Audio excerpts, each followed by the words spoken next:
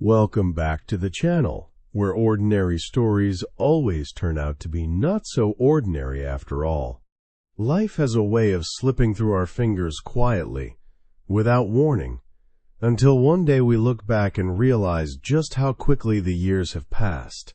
The question that often arises in old age is not about how much money we made, how many possessions we gathered, or how high we climbed in our careers, but rather what kind of person we were while living those years. People who have lived long enough will tell you that achievements fade, trophies collect dust, and wealth can vanish overnight, but the way you made others feel is what lingers long after you are gone. When the final chapters of our lives are written, no one stands up at a memorial to list the size of a house or the number of awards. They talk about kindness, generosity, warmth, and presence. They remember laughter at the dinner table, compassion shown in difficult times, and the comfort of your company when life felt unbearable. That is the essence of what truly remains. This is why regret feels so heavy. It is not simply sadness. It is the weight of, if only I had spoken the truth, if only I had chased that dream, if only I had let go sooner, or tried harder, or said yes when I was too afraid. Mistakes rarely destroy us, because mistakes teach us and shape us, but inaction, silence, hesitation, procrastination, those are the ghosts that come back to haunt us in old age. Elderly voices echo this truth again and again. I do not regret what I did. I regret what I never had the courage to do. In our younger years, so much of life revolves around the opinions of others. We wonder what people think of us. We shape ourselves into the version we think society will approve of, and we spend endless energy trying to fit into molds that were never meant for us. Then comes the Declaration of Independence in midlife, the claim that we no longer care what others think. But the hidden truth is, we often still do. It is not until much later that we finally learn the liberating lesson. People are usually too absorbed in their own lives to be thinking about us at all. And that realization is both freeing and tragic, because it reminds us how much time we wasted living for an audience that was never watching. One of the deepest regrets elders share is clinging to the wrong people for too long.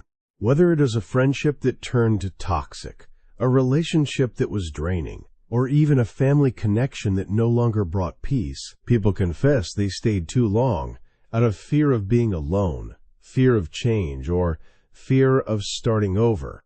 They admit that every year spent in the wrong company was a year stolen from the chance to meet the right people. Holding on to the wrong hand often means missing the one that could have pulled you towards something better. In their honesty, they often say, I wish I had walked away sooner. That regret cuts deep, because once time is gone, it cannot be reclaimed.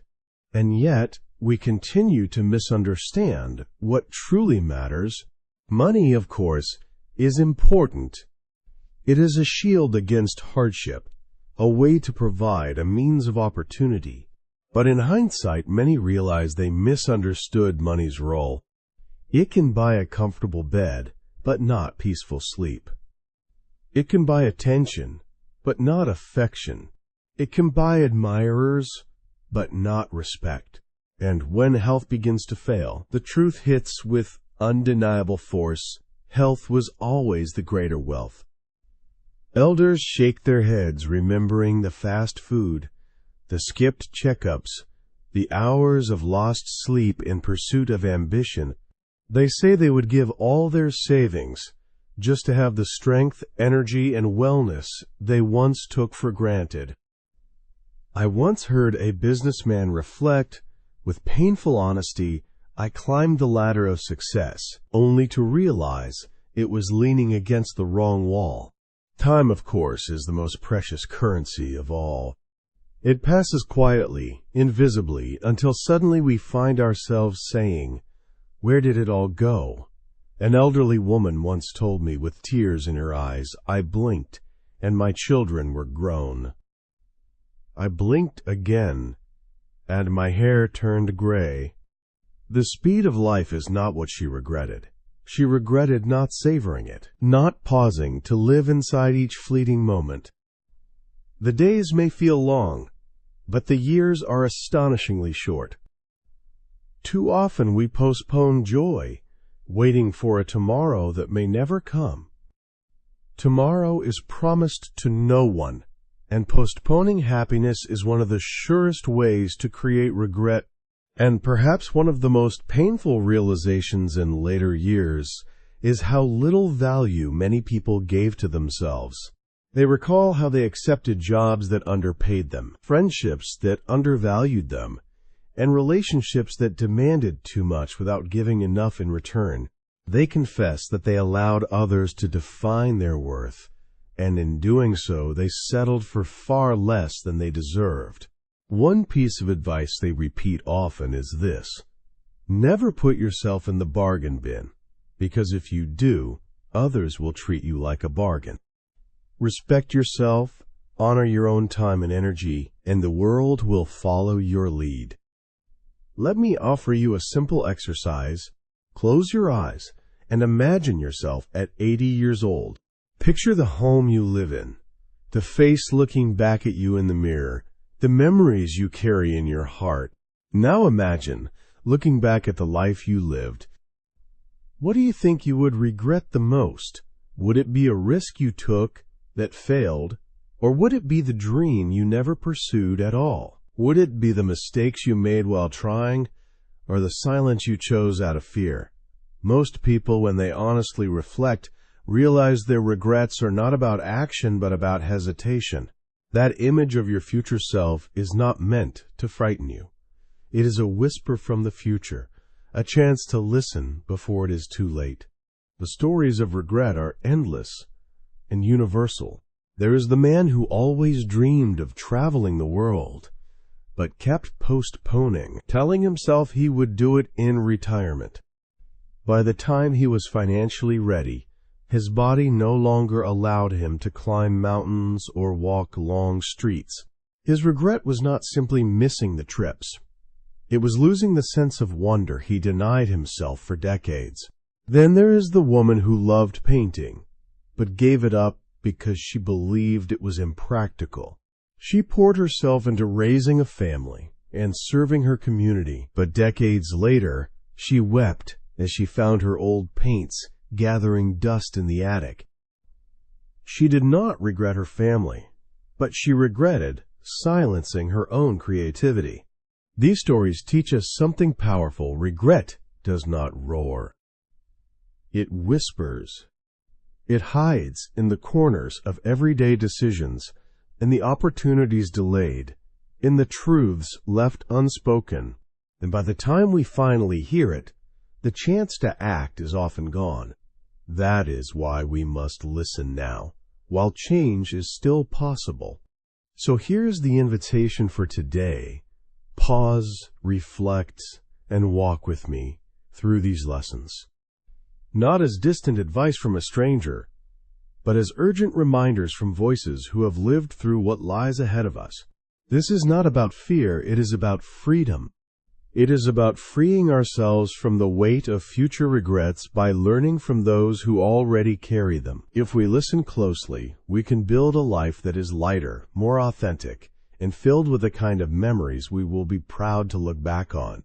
Because in the end, the measure of a life is not in the wealth we accumulate, the trophies we display, or the accolades we chase, but in the love we share, the courage we show, and the authenticity we allow ourselves to live. Every day is a choice. Every choice is a seed. And the harvest of those seeds is what we will carry into old age. Let us choose wisely now, so that when our own hair turns gray, and our own years stretch behind us, we will smile not with regret, but with gratitude. If there is one message that echoes louder than any other from those who have lived long lives, it is this: Health is not just important, it is everything. In youth, the body feels invincible. We skip meals. We stay up late. We sacrifice sleep for ambition, and we convince ourselves that we will always bounce back. But the truth is, our bodies keep score. Every late night, every ignored symptom, every unhealthy habit quietly accumulates until one day the body simply says, enough. That day often comes sooner than we expect, and by then, regret has already arrived. Many elders confess that they thought taking care of their health could be delayed. They believed they could abuse their energy in their 30s and 40s and repair it later. But later never came. I once heard the story of a man who built a successful business empire. His calendar was always full, his phone always buzzing, his nights endlessly consumed by work. He believed he was making sacrifices for his family's future. By the time he was 60, he had more money than he ever imagined, but his body was failing. Heart problems, chronic fatigue, endless medical treatments. His wealth bought him doctors, but it could not buy him the vibrant health he had traded away. He whispered to a younger friend, "I spent my health to gain money, and now I am spending money to try and buy back my health." Neither deal was worth it. Health is not only physical, it is mental, emotional, and spiritual. The mind, in many ways, determines the quality of every day we live. Elders remind us to pay attention to the conversations we have with ourselves. If you constantly tell yourself that you are not good enough, that you are falling behind, that you are undeserving of joy, you will live as though those lies are truths.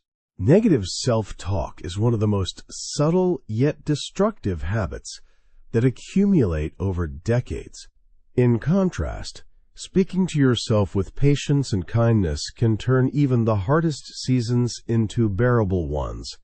There is an elderly woman named Clara who shared a striking memory. In her 50s, she battled with self-doubt every morning. She would look into the mirror and immediately list her flaws.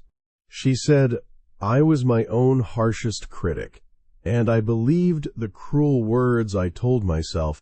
Now, in her 80s, she looks back and regrets not being kinder to herself. She said the moments she wasted in self-hatred could have been moments of joy, of adventure, of peace. She tells younger listeners, "Please, learn to be your own friend. You will spend your whole life with yourself. Why choose to be your enemy?" Taking care of the body is also about honoring it as the vessel that carries you through life. Exercise, rest, good food, and stillness are not luxuries. They are acts of respect. An elder once told me, "Your body is your first home. Treat it with more care than you treat your house, because unlike a house, you cannot move into another one." Too often we prioritize cleaning our living rooms, repainting our walls, or polishing our cars, while neglecting the one structure we can never replace. Imagine if we gave as much effort to our health as we do to external appearances. How many regrets could be erased later in life? But health is not just about prevention. It is also about balance. A surprising number of older people share that one of their regrets was taking life too seriously. They spent so much time working, cleaning, organizing, and controlling that they forgot to live. One man laughed as he said, "I should have left the lawn uncut more often, because no one remembers a perfectly trimmed yard, but they remember the weekend you join them for fun." Another woman admitted, "I regret scrubbing my kitchen floors on Sundays instead of playing outside with my kids." Health is also joy. It is the release of laughter, the peace of relaxation, the thrill of adventure. It is the reminder that rest is not laziness, it is repair. Mental health, too, demands honesty. The older generations often grew up believing they had to be tough, that emotions were weakness, that struggles had to be hidden. But when they look back, many admit that pretending to be strong came at a heavy cost. Bottling emotions, avoiding vulnerability, and refusing to seek help only magnified their pain. Now, they urge us to see strength differently. Strength is not pretending everything is fine. Strength is asking for help when you need it.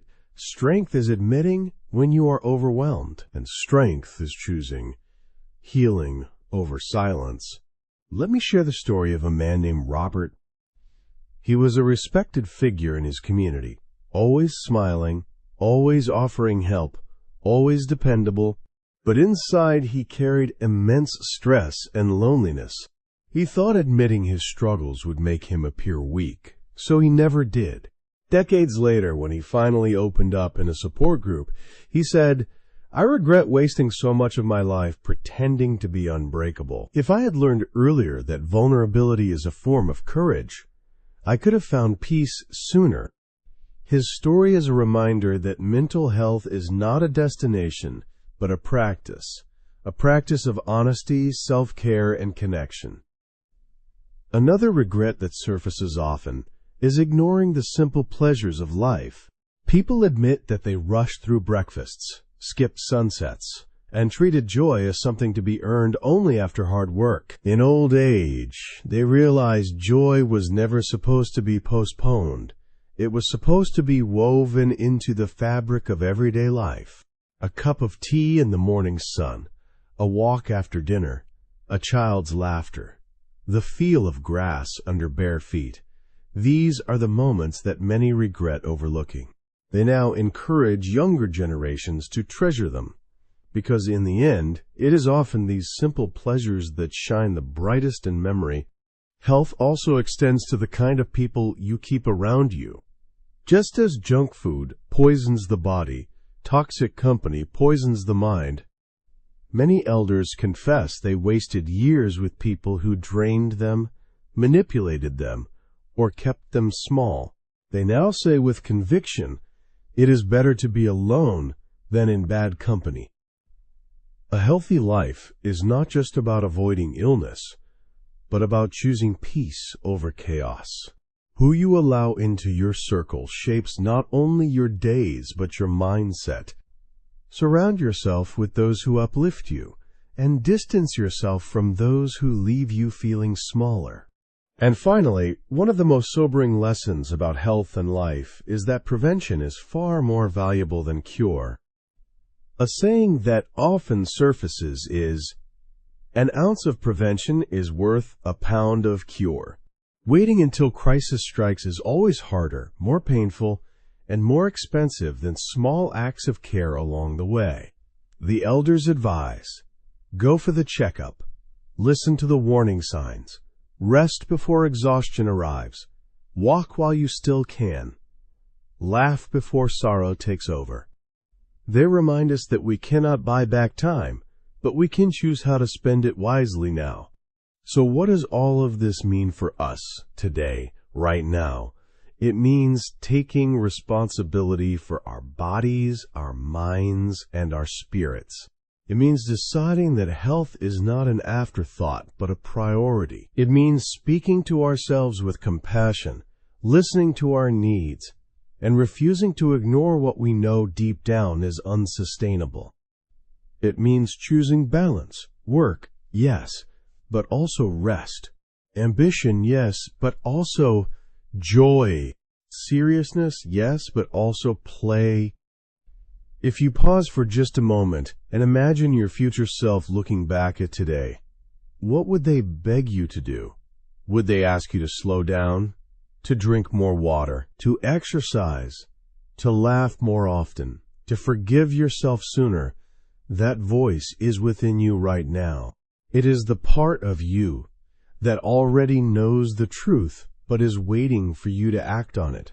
The elders say that one of the greatest forms of gratitude you can show for life is to care for the body and mind you were given. You beat impossible odds to be here. Out of billions, you arrived. Treat your life with the reverence it deserves. Take care of yourself not just for your own sake, but so that when you are older you can look back with peace instead of regret. So that when you walk into your later years, you will not whisper, "If only," but instead smile and say, "I am grateful for the care I gave myself and for the life I chose to truly live." We often imagine regret as something distant, a shadow that only appears at the end of the road. But the truth is, regret grows quietly every day in the spaces where we hesitate, where we silence ourselves, where we postpone joy. It is not always dramatic. Sometimes it hides in the decision not to take that trip, not to write that letter, not to say I love you when we felt it, not to apply for that job, not to chase that dream. Over time, these small silences accumulate until they form a heavy chorus, echoing louder than any failure could.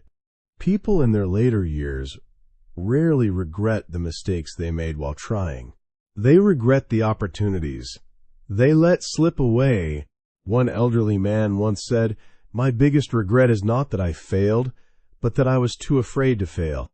That sentence captures the essence of why risk matters.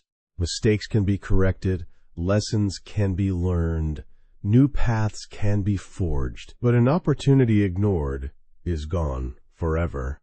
Time does not wait. Let me share the story of David, a passionate young photographer.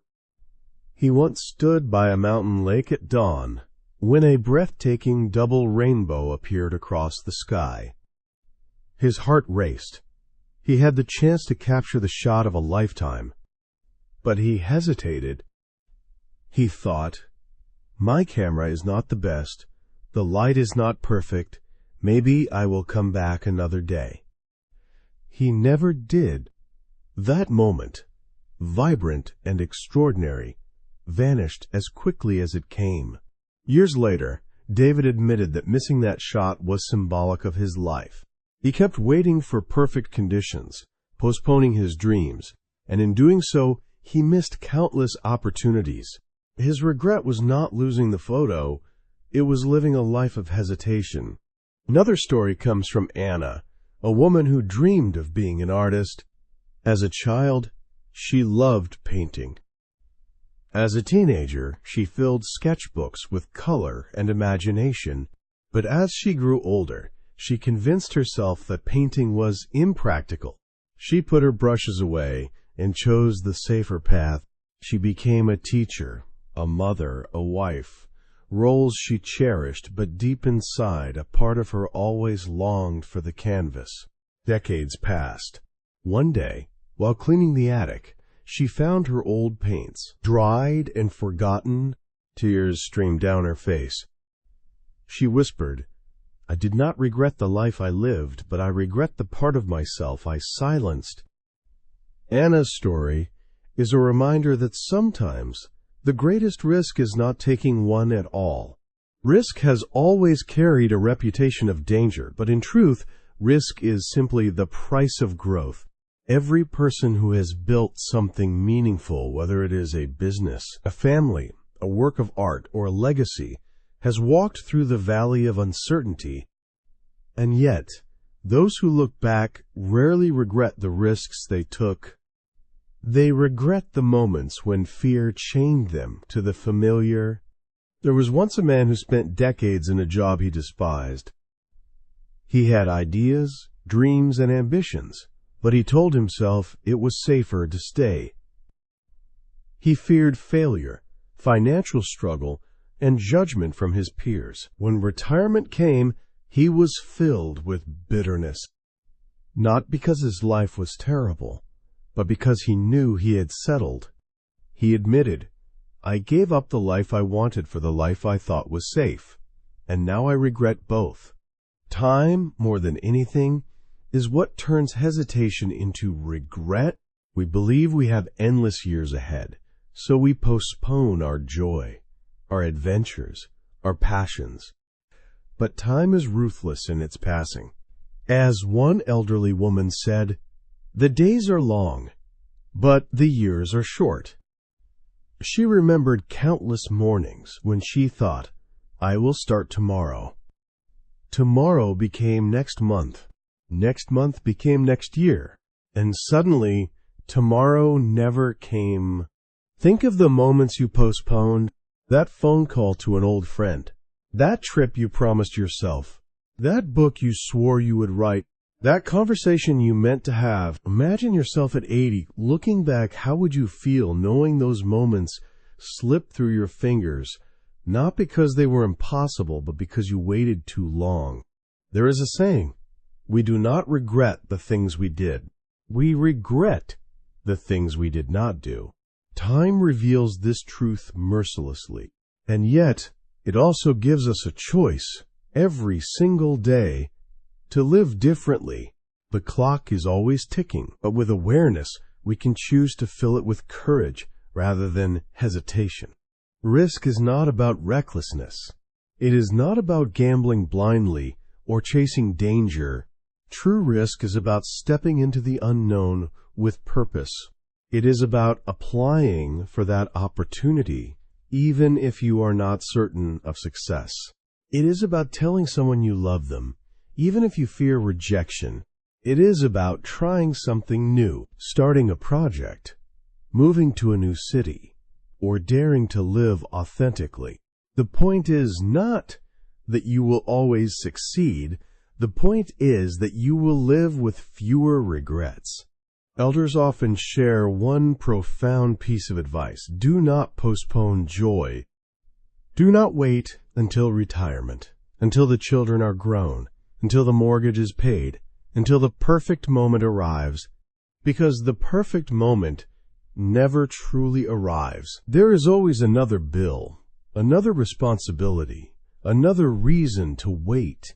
But life is not measured in achievements. It is measured in moments. A cup of tea with a loved one, a walk at sunset, a spontaneous laugh, a quiet morning. These are the treasures we carry into old age. One man in his 70s once reflected, "I regret that I saved all my best clothes for special occasions. By the time I finally wore them, the occasions had passed. I wish I had worn them on ordinary days, because those were the days that truly mattered." His story is symbolic of a larger truth. Too often, we save our joy for later, only to discover later never comes. Let us also consider the role of forgiveness in the dance between regret and time. Many elderly people confess that one of their deepest regrets is holding on to grudges for too long. They spent years carrying anger, bitterness, or resentment, only to realize that time had stolen the chance to reconcile. They urge younger generations, forgive sooner, not because others always deserve it, but because you deserve peace. Forgiveness is not about excusing the wrong. It is about releasing yourself from the prison of the past. Regret often teaches us this. Life is not as long as we think, and the opportunity to love, to risk, to forgive, to create, to speak, those opportunities expire faster than we imagine. Time is relentless, but it is also generous in the sense that each new day is a fresh chance. The tragedy is not that time runs out. The tragedy is that we act as if it never will. Imagine standing at a fork in the road. On one side lies safety, comfort, and predictability. On the other side lies uncertainty, potential failure, but also possibility, adventure, and growth. Most of us are tempted to take the safe road, believing it protects us from pain. But elders remind us that safety often comes with its own pain, the pain of what could have been. They urge us to occasionally choose the road less certain, because that is often where life's richest experiences are found. Of course, not every risk will work out. You may fail, you may stumble, you may face disappointment, but elders remind us that even those failures become stories, lessons, and stepping stones. Rarely does anyone look back and regret failing. They regret not trying. Failure, in hindsight, is almost always less painful than regret. So what can we do, here and now, to protect ourselves from the heavy weight of regret in old age? We can start by saying yes more often. Yes to opportunities. Yes to experiences. Yes to joy. We can stop waiting for perfection and start moving with what we have. We can take the trip, write the letter, say the words, pursue the passion. We can learn to see time not as an endless resource, but as the most valuable currency we own. And we can choose to spend it on what truly matters. As you listen to this, I invite you to think of one thing you have been postponing. Just one. Maybe it is a conversation, a dream, a habit, a decision. Ask yourself, if I were 80, would I regret not doing this? If the answer is yes, then the time to act is now. Do not let fear or hesitation steal another day, because in the end, life teaches us that the greatest regret is not the failure of risks taken, but the emptiness of risks avoided. The greatest tragedy is not that time passes quickly, but that we waste it on hesitation. And the greatest gift you can give to your future self is the courage to live boldly today. If there is one truth that becomes clearer with age, it is this: the people you surround yourself with will shape your life more than almost anything else. Relationships are not just connections. They are mirrors, teachers, and environments. They either lift you up or weigh you down, nourish your growth, or stunt your spirit. Looking back, elders often say their greatest joys came from the people who walked beside them, and their deepest regrets came from staying too long with those who drained them. One man in his 70s confessed, "I wasted years with friends who celebrated when I failed and grew silent when I succeeded.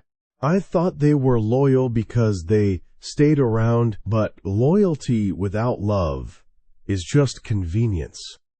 His reflection highlights a powerful lesson. Not everyone who calls themselves a friend is truly on your side.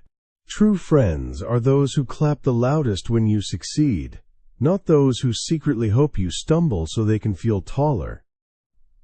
It is better to have a handful of genuine friends than a crowd of shallow connections. Elders often say they regret chasing popularity, networking endlessly, or trying to please everyone. With time, they realize that love and friendship are not measured in numbers but in depth. One authentic relationship built on trust, respect, and mutual care is worth more than dozens of acquaintances. This brings us to another timeless lesson. It is better to be alone than in bad company.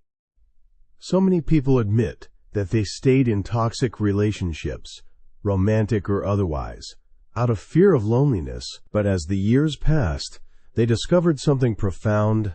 Loneliness in the wrong company feels far worse than solitude.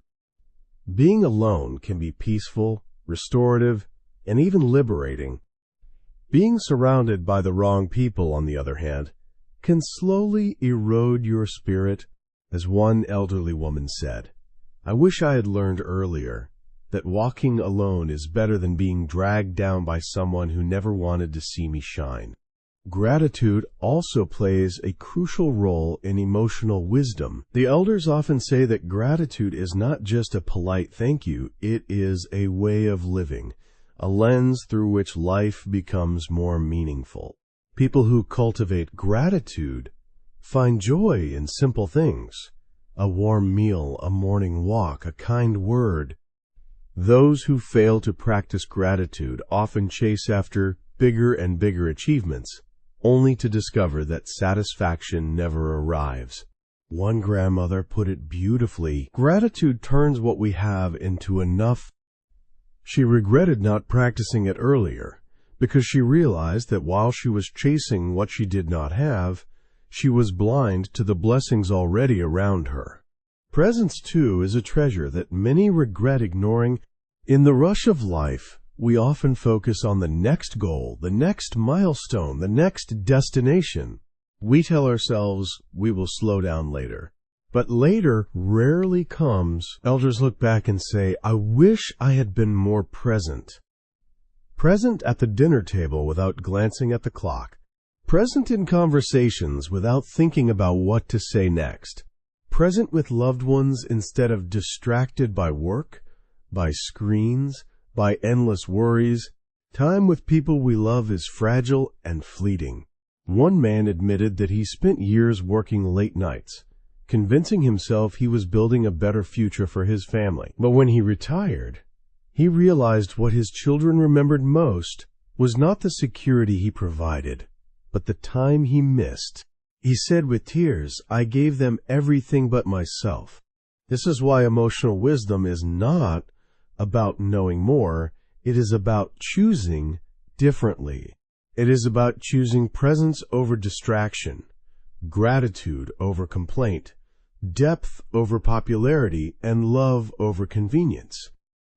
Another dimension of social wisdom lies in learning when to stay silent and when to speak. Many people regret sharing too much of their personal lives with those who did not have their best interests at heart. Oversharing often invites judgment, envy, or even betrayal. The elderly often advise, keep some things for yourself. Protect your dreams while they are fragile. Share your plans only with those who have proven their loyalty and love. As one elderly man said, most people do not care about your struggles, and some secretly hope you fail. Protect your peace, but silence is not always the answer either. Some elders regret staying silent when they should have spoken. They regret not saying I love you while they had the chance, not apologizing before it was too late, not defending themselves or others when the moment called for courage. Emotional wisdom means knowing when to hold back and when to speak up, and that balance often comes only with age.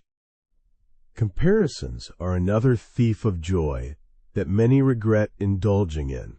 Looking at someone else's path and measuring your own life against theirs is a sure way to rob yourself of peace. Elders confess they wasted precious years comparing houses, cars, careers, or families, only to realize in old age that none of it mattered. Every second you spend comparing your life to someone else's is a second wasted, one woman said. At the end, nobody's keeping score but you. The truth is, everyone's journey is unique, and comparison is like judging a fish for not climbing a tree. It is meaningless and cruel. And then there is the delicate balance of forgiveness. Many elders say they regret carrying bitterness for too long. They discovered too late that anger does not hurt the other person nearly as much as it poisons the one holding it. Forgiveness does not always mean reconciliation. It does not excuse the wrong or minimize the pain. It simply means releasing yourself from the heavy burden of carrying it. One elderly man explained it this way, I used to think forgiveness was for them. I now know it was always for me. At the same time, some admit they regret forgiving too quickly or too often without boundaries. Emotional wisdom means forgiving, but also learning. It means not allowing the same people to hurt you repeatedly. Boundaries are not cruelty. They are protection. Knowing your worth means saying, I forgive you, but I will no longer allow you access to the parts of me you abused. That balance, compassion with strength, forgiveness with boundaries is one of the hardest but most rewarding lessons of all.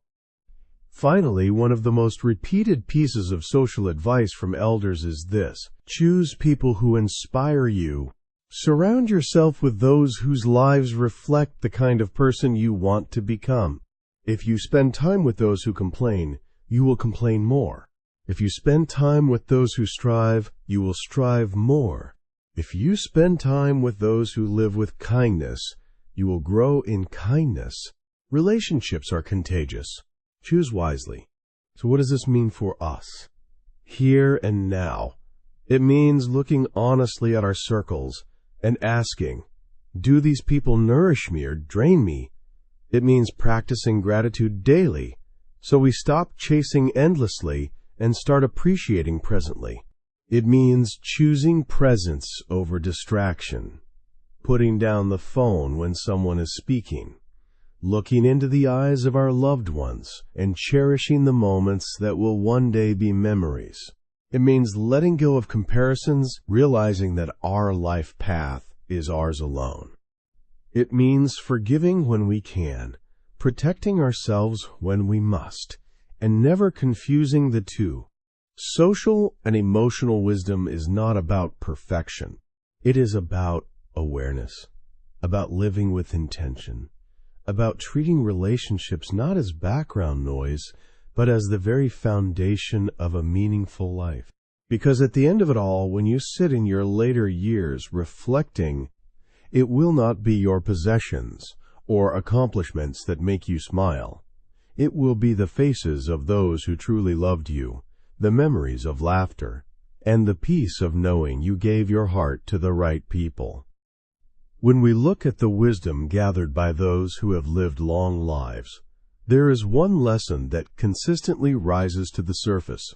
The greatest change you will ever experience is the change that happens inside you. External circumstances, jobs, relationships, money, opportunities will always shift, but what truly determines the direction of your life is how you respond from within.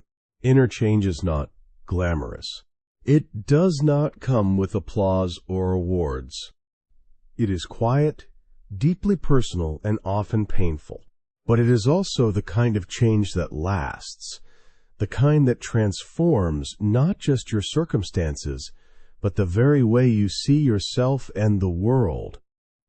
Elders often say they regret waiting for others to change. Before they took responsibility for their own growth, they waited for a spouse to become more loving, for a boss to become more fair, for a society to become more just. But waiting made them passive.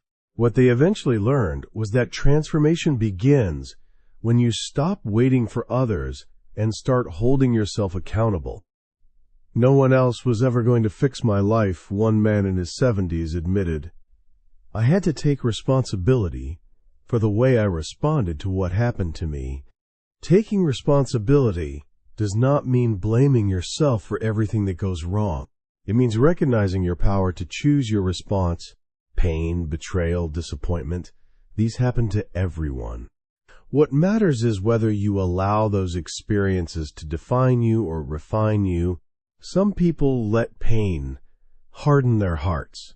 Others let it open them to deeper compassion. Some allow betrayal to make them bitter. Others allow it to sharpen their discernment. The experience itself is not the final word. Your response is. Consider the story of Maria.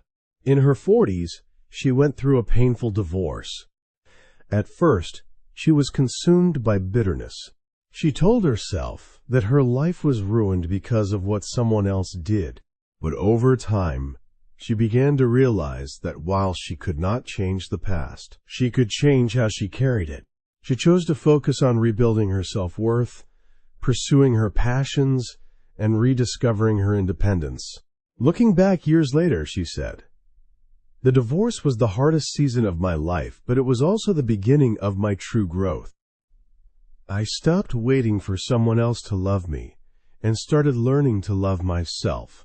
Maria's story is proof that even the deepest wounds can become the soil for transformation if we allow them to. Another common regret elders share is the pursuit of perfection. They admit they wasted years trying to be flawless. At work, at home, in relationships. They postponed projects because they were not ready. They silenced themselves because they feared making mistakes. They missed opportunities because they wanted everything to be perfect before they began. But perfection never arrived. Instead, they ended up with regret. One man in his 80s laughed bitterly and said, Perfectionism is the most expensive prison you can live in because it steals both your present joy and your future potential. The truth is, perfection is an illusion. Life is not about being flawless. It is about being authentic. It is about progress, growth, and resilience. If you wait for the perfect moment, the perfect plan, the perfect version of yourself, you will wait forever. Elders encourage us to embrace imperfection as a sign of life. Mistakes are proof of trying. Flaws are proof of humanity. The scars you carry are not shameful. They are evidence that you survived, that you endured, and that you kept moving forward. Inner change also requires honesty, the courage to look at yourself without excuses. Many people regret spending years blaming others for their unhappiness. They blamed parents, partners, bosses, society, and while those influences are real, they eventually realized that blame kept them stuck. The moment they stopped pointing fingers and started asking, "What can I do differently?" was the moment their lives began to change. Responsibility is not a burden. It is liberation. It means you are no longer at the mercy of others. You become the author of your own story. One woman named Helen reflected on her younger years, saying, "I wasted so much time waiting for an apology that never came. I thought I could not move on until someone admitted they were wrong. What I finally learned was that I could forgive myself, release the past, and move forward without their permission." Her regret was not that she was hurt, but that she allowed the hurt to control her for so long. Her breakthrough came when she realized that healing was her responsibility, not theirs. Taking responsibility also means choosing your influences carefully. Elders remind us that the people you surround yourself with will shape your mindset. If you constantly associate with people who complain, you will complain more. If you spend time with those who encourage you, you will grow braver. Responsibility means guarding your environment as carefully as you guard your health, because your environment becomes the soil where your future grows. Another important piece of inner wisdom is learning to silence the inner critic. Many people admit that their harshest enemy was not someone outside. It was the voice in their own head. They told themselves they were not smart enough, not attractive enough, not worthy enough. And because they believed those lies, they lived smaller lives than they could have. One elderly man sighed, "If only I had spoken to myself with the same kindness I gave others, my life would have been so much lighter." Inner change often begins with changing the conversation you have with yourself. And then there is the lesson of patience. In a culture obsessed with speed, many people regret not embracing the long game. They wanted instant results, quick success, immediate recognition. But growth rarely happens overnight. Elders often say that what truly lasts is built slowly through patience, persistence, and consistency. They encourage younger generations to trust the process, to see setbacks not as signs of failure, but as part of the journey. "Slow success builds character, fast success builds ego," one man explained. That wisdom is a reminder that real progress is not about rushing, but about enduring. Finally, inner change requires courage. The courage to walk alone when necessary, the courage to say no when everyone expects a yes, the courage to live authentically even if it costs approval. Responsibility is not about pleasing everyone. It is about aligning your actions with your values. Elders who reflect on their regrets often say they wish they had been braver in living their truth. They wish they had stopped apologizing for who they were and stopped bending themselves to fit expectations. They wish they had taken responsibility for their own happiness instead of outsourcing it to others. So what can we do today, right now, to embrace inner change and responsibility. We can start by letting go of perfection and choosing progress. We can stop blaming others and ask ourselves, what can I do differently? We can speak to ourselves with kindness instead of cruelty. We can choose our influences wisely, surrounding ourselves with people who inspire growth. We can practice patience, trusting that lasting change takes time. And most importantly, we can take responsibility for our own healing, our own choices, and our own happiness. Because in the end, no one else will live your life for you. No one else will carry your regrets, your dreams, or your potential. The only person who will be with you every second of your life is you. So make peace with yourself. Take responsibility for your journey. Embrace inner change as a lifelong process.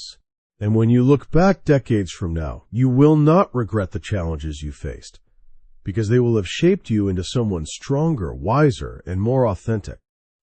As the final chapters of life draw near, a new kind of wisdom begins to take shape, one that is not about ambition, not about comparison, and not even about survival. It is about legacy. Legacy is not what you leave in a will, but what you leave in the hearts of others. It is the memory of your kindness, the ripple of your choices, the echo of your laughter, the lessons you quietly planted in the people around you.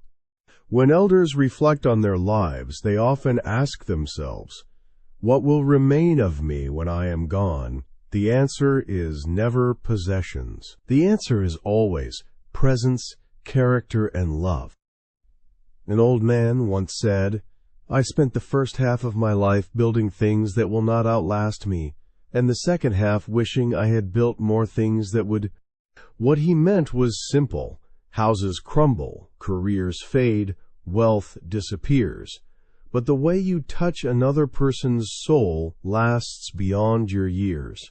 That is the essence of legacy, not ownership, but influence. Preparing for the end is not a morbid task. It is an act of wisdom. It means asking yourself the kinds of questions most people avoid. What promises have I made to myself that I have not yet kept? What values do I want to be remembered for? What kind of relationships do I want to nurture in the time I have left? By asking these questions, you prevent regret from taking root in your final days. Elders often speak of promises they made to themselves long ago, promises to travel, to learn an instrument, to reconcile with a loved one, to write a book. Too many of those promises were broken, not because they were impossible, but because they were postponed until it was too late. That is why one of the most powerful pieces of advice from those nearing the end is this: keep the promises you make to yourself. They are the threads of authenticity that hold your life together. There is also the matter of alignment, living in harmony with your values. Many people regret that they spent their lives chasing values that were not truly theirs.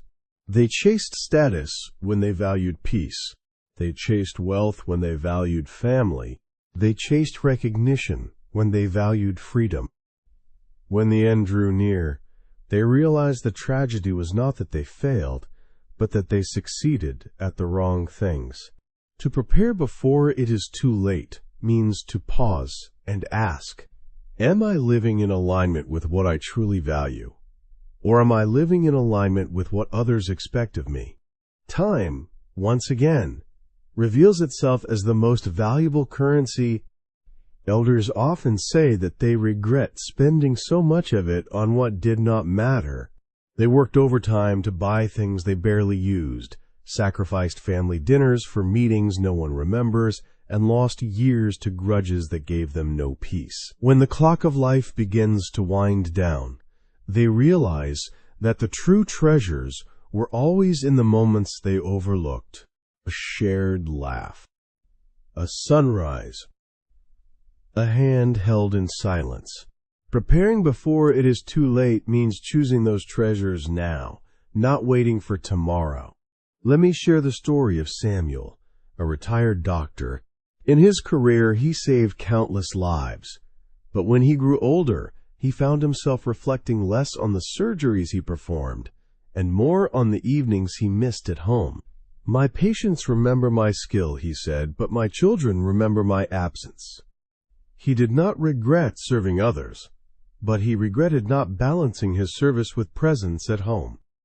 His story reminds us that legacy is not only what we do for the world, it is what we do for the people closest to us. Another powerful story comes from Rosa, a grandmother who lived into her 90s. She was not wealthy. She was not famous, but at her funeral the church overflowed with people whose lives she had touched. She had a habit of baking bread every Sunday and sharing it with neighbors. She wrote letters to her grandchildren every month, filled with encouragement and love. She volunteered at a local shelter. Her legacy was simple but profound. She made people feel seen, valued, and loved. That was enough to fill an entire town with gratitude.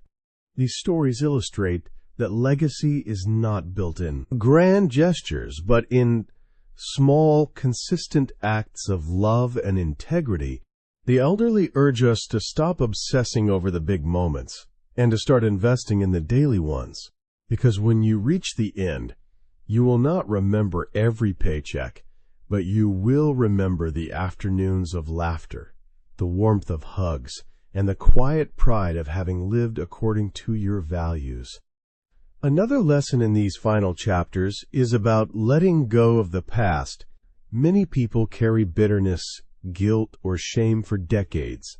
They replay mistakes like broken records, believing that their past disqualifies them from peace. But elders eventually realize that you cannot start the next chapter if you keep rereading the last one. Preparing before it is too late means making peace with your past, not by pretending it did not happen, but by allowing it to teach you without defining you. Every mistake can either be a weight or a teacher. The choice is yours. And then there is forgiveness, the kind that sets both you and others free. Elders often regret the conversations they never had, the apologies they never gave, the forgiveness they never extended. By the time they were ready, the chance was gone. Forgiveness is not always about reconciliation. Sometimes it is about peace within yourself. Preparing before it is too late means not waiting until the final chapters to let go of grudges. As one elderly man said, "Don't carry to your grave what you could have laid down decades earlier." Perhaps the most sobering truth about legacy is that time will always expose what we meant to others. Pretenses fade. Words are forgotten. What remains is how we made people feel.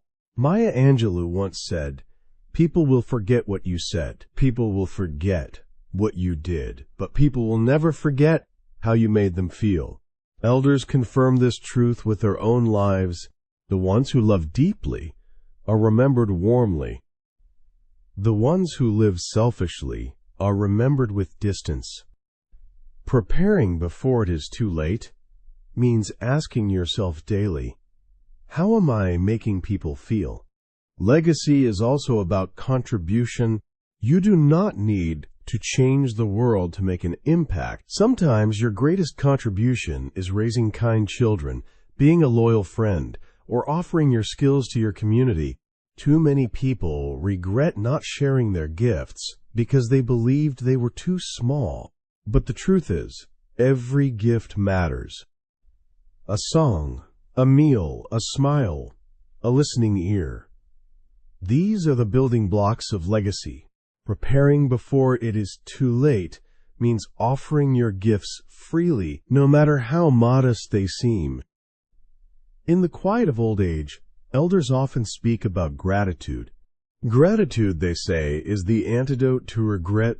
You cannot always change what has passed, but you can always choose to be thankful for what remains. Gratitude shifts focus from what was lost to what was gained, from what is gone to what is still here. A grateful heart, they say, leaves behind a peaceful legacy. So what does all this mean for us? Today, it means taking time to reflect on the promises we have made to ourselves and keeping them.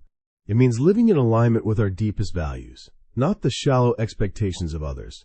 It means treasuring time, investing it in people and moments rather than things. It means making peace with our past, practicing forgiveness and choosing gratitude. And it means remembering daily that our legacy is built not at the end, but in the small choices we make every day. One day, the final chapter of your life will be written. You will not control when that day arrives, but you do control what fills the pages. Until then, if you live with authenticity, kindness, and courage, your legacy will not only outlast you, it will inspire others long after you are gone. And when you reach those final moments, instead of whispering if only, you will smile with gratitude and say, I lived, I loved, and I left something good behind. And so, as we close this journey through the wisdom of age, one truth shines brighter than all the rest. Life is both fragile and precious. Every day is a gift, every choice a chance, and every moment an opportunity to create a legacy that speaks louder than words. Regret only grows where courage is absent, but gratitude blooms wherever we choose to be present. If there is one message I hope you carry with you, it is this: do not wait. Don't wait to forgive. Do not wait to love. Do not wait to start. Do not wait to live. Time is the most valuable currency you will ever own, and once spent, it never returns. Use it wisely, spend it bravely, and share it generously. Thank you for walking with me through these lessons. I hope they inspire you, not just to reflect, but to act today, not someday, because someday is not promised, but today is here, waiting for you to make it count. This is your story, and you are the author. Write it with courage, live it with kindness, and leave behind a legacy that makes the world just a little brighter because you were here.